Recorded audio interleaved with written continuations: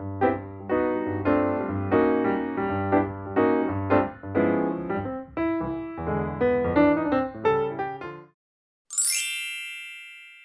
right, number three, the third thing to know about this type of jewelry is that there's some really prominent themes to the jewelry.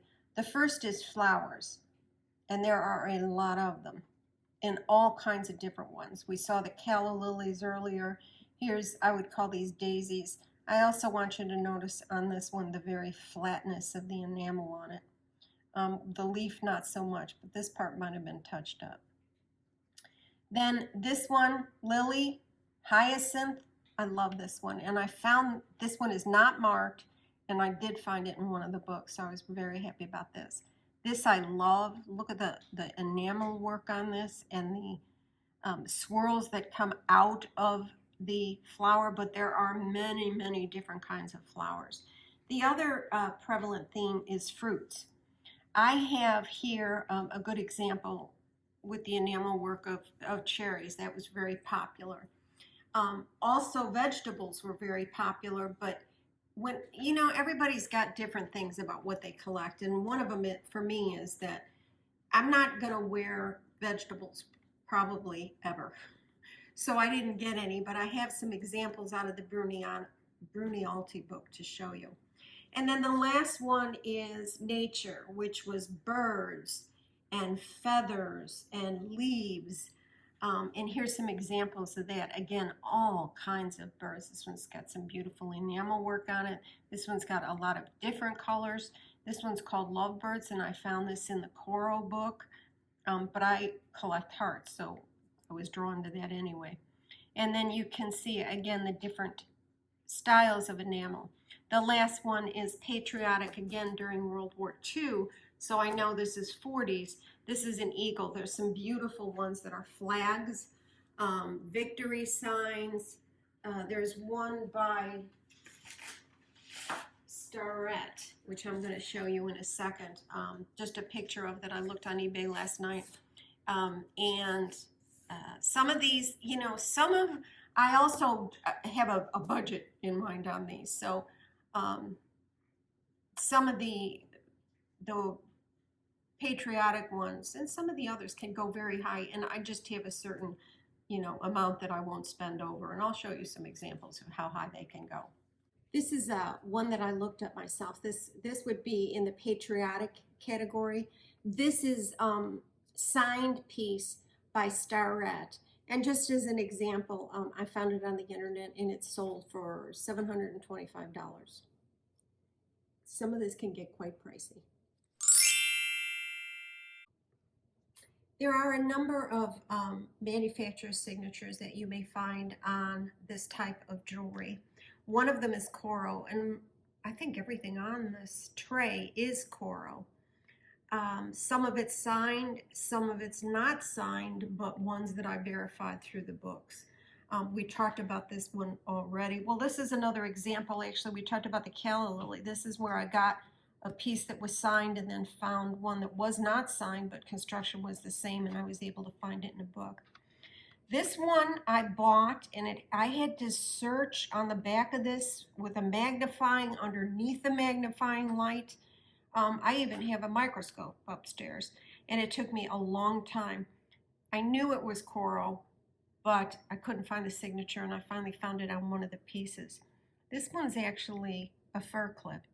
Furs were very popular during that period of time, so we found a lot of fur clips with the enamel work as well. And you know, we focus on brooches, but I just wanted to show you that sometimes you'll find the bracelet or even the necklace that goes with it. We talked about these already. These are all, this one I found in a book, this was coral, but these are all signed pieces of coral. Now there's several other manufacturers. Trifari is one of them, who has some gorgeous pieces from the 1930s and the 1940s. The bad side, I've bought and sold a few over the years, but I don't have a collection of that to show you. I would refer you back to one of the Brunialti books, or Julia Carroll's Costume Jewelry 202 has a huge coverage of Trifari and all of the possible patents that you'll find on the back of them. The issue with Trifari is they're going skyrocket high, and I just don't spend, you know, over $500 on a piece of this type of jewelry. I just don't. So others have huge collections and they're amassing more, but I don't have any to show you. Boucher is the other one. I showed you the cover of Brunialti's book. One of those is Boucher. And then there's Reja and Deja again. Looked it up on the internet just to see kind of where they were, and they were anywhere from several $100s to $1,500 for a single brooch. Starrett is another name. Elzac did faces in enamel. And there are some examples from Haskell and Hobey. So those are the ones to look at. But I feel like it's the unsigned pieces that, where you can still pick them up for a reasonable amount and then try to identify it yourself. Number 5 is retro. This is what is called retro style. And the issue is this. Glass stones came from Austria, from Czech, some from Germany, some even from France. But during World War II, the supply got very short for those stones. So what you see here is designs that were done with perhaps one large single stone or just a couple. Some of these are sterling, some of them are vermeil, but it gives you some good examples. And then look at the size of these. These are from my own collection. I haven't worn them. You have to wear them on a jacket or a blazer or something like that because some of these have some real weight to them.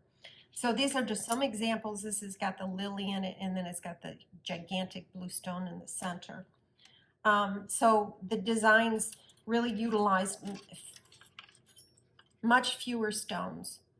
And some of them were actually done with no stones at all. This is another good example of one that I could pick up now, and I can kind of tell the style of things are from the 40s. So often sterling, often they have a heavy gold plating. The designs were big, massive, bold, yet they were stylized and they're very elegant. I think that they are really beautiful pieces of things.